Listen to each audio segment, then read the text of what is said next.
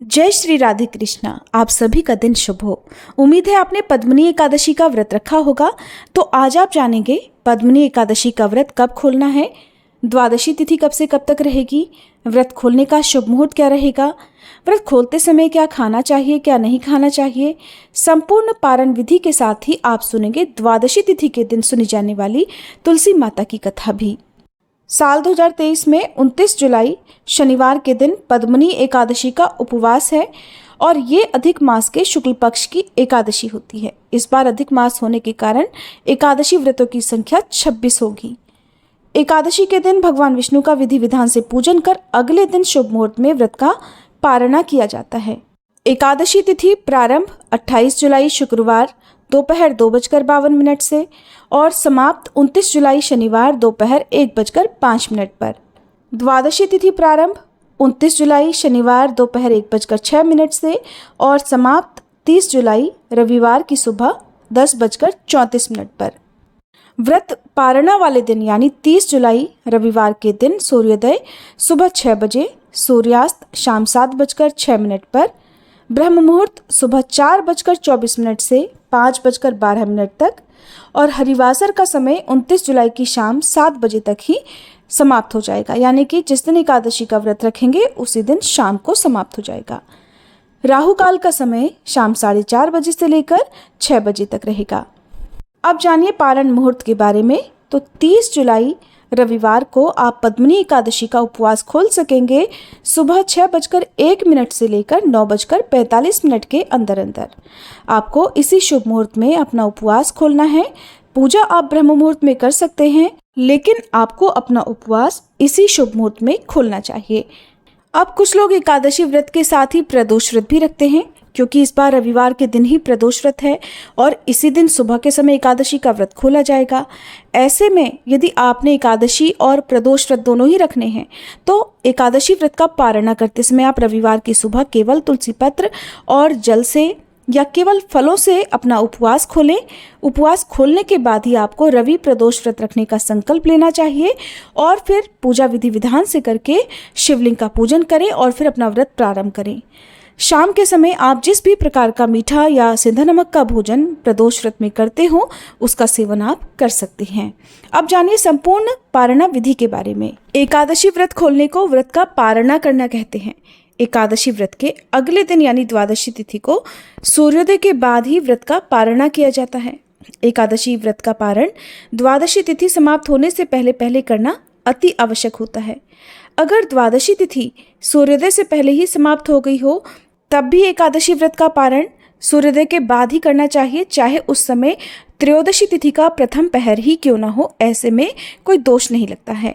साथ ही हरिवासर के समय व्रत कभी नहीं खोलना चाहिए।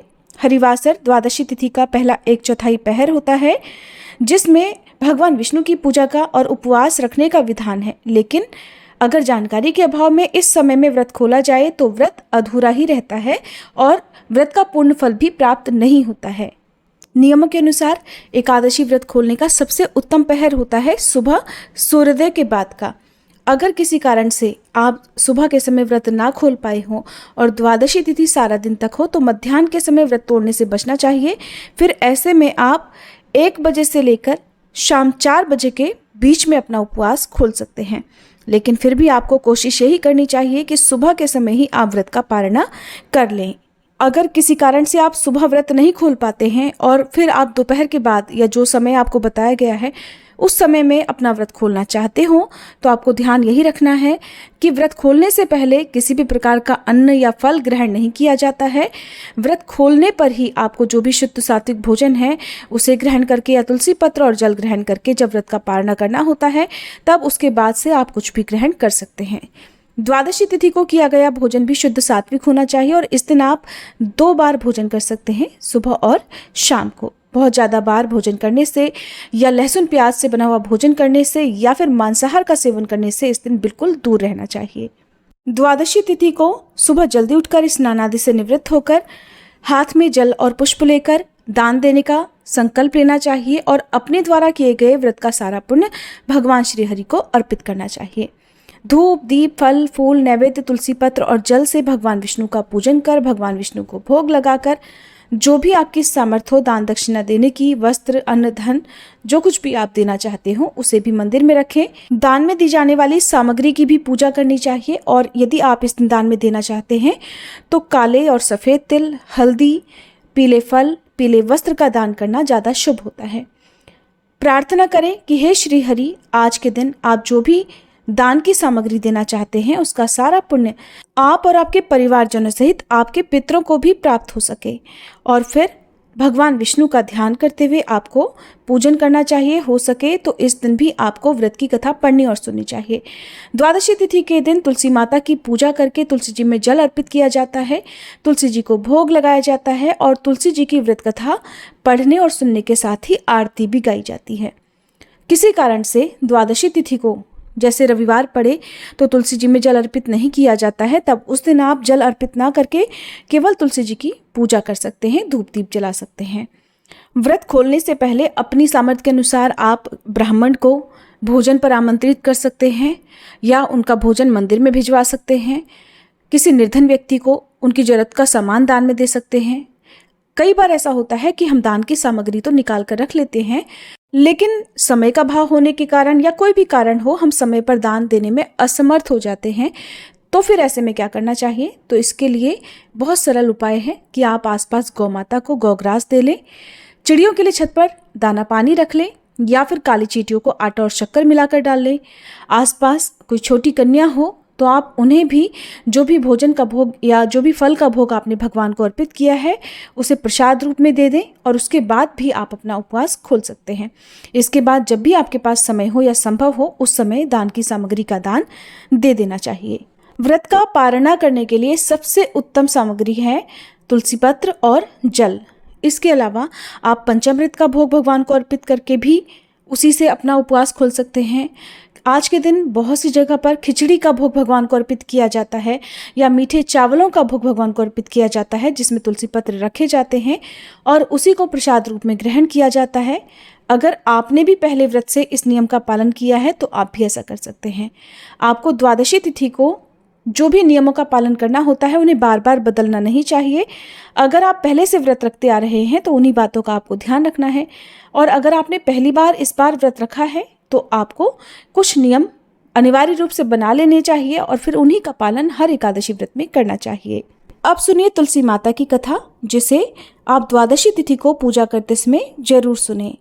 पौराणिक कथा के अनुसार प्राचीन काल में जालंधर नाम का एक राक्षस हुआ करता था जिसने चारों तरफ बहुत उत्पात मचा रखा था। वह राक्षस बहुत ही वीर और पराक्रमी था।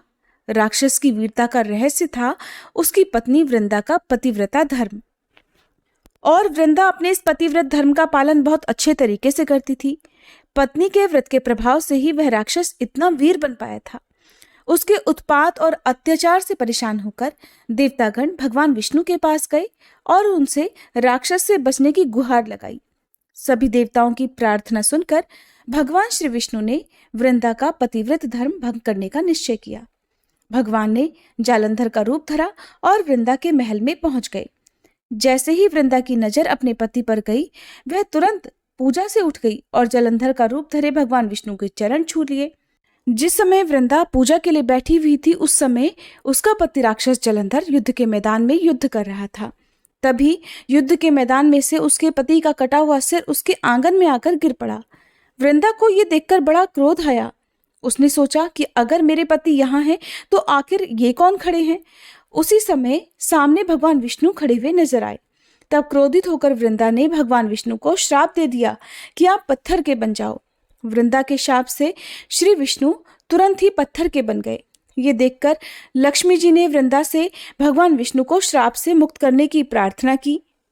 माता लक्ष्मी के अनुरोध पर वृंदा ने भगवान विष्णु के श्राप को विमोचन कर दिया और स्वयं अपने पति का कटा हुआ सिर लेकर सती हो गई। जहां पर वृंदा सती हुई वहीं पर उस राख से एक पौधा उत्पन्न हुआ जिसे भगवान विष्णु ने तुलसी का नाम दिया और कहा कि शालिग्राम नाम से मेरा एक रूप इस पत्थर में रहेगा जिसकी पूजा तुलसी जी के साथ ही की जाएगी और मैं बिना तुलसी के कभी भोग स्वीकार नहीं करूंगा। तभी से भगवान विष्णु की पूजा में तुलसी जी की पूजा और तुलसी पत्र का भोग अनिवार्य हो गया। इसीलिए द्वादशी तिथि को भगवान विष्णु के साथ साथ तुलसी जी की पूजा का भी विधान है। उम्मीद है आज की ये वीडियो आपको अच्छी लगी होगी। पसंद आई हो तो प्लीज़ वीडियो को लाइक करना मत भूलिएगा।